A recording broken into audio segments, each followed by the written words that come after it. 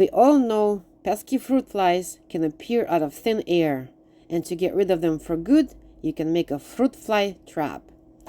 Fill small container halfway up with apple cider vinegar, and to reduce surface tension, add a drop of liquid dish soap.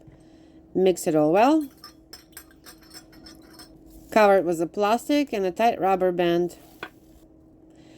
Poke some holes for flies to get in, and place it in the place where fruit flies like to hang out. Refresh it every 2 or 3 days until you have no more fruit flies left.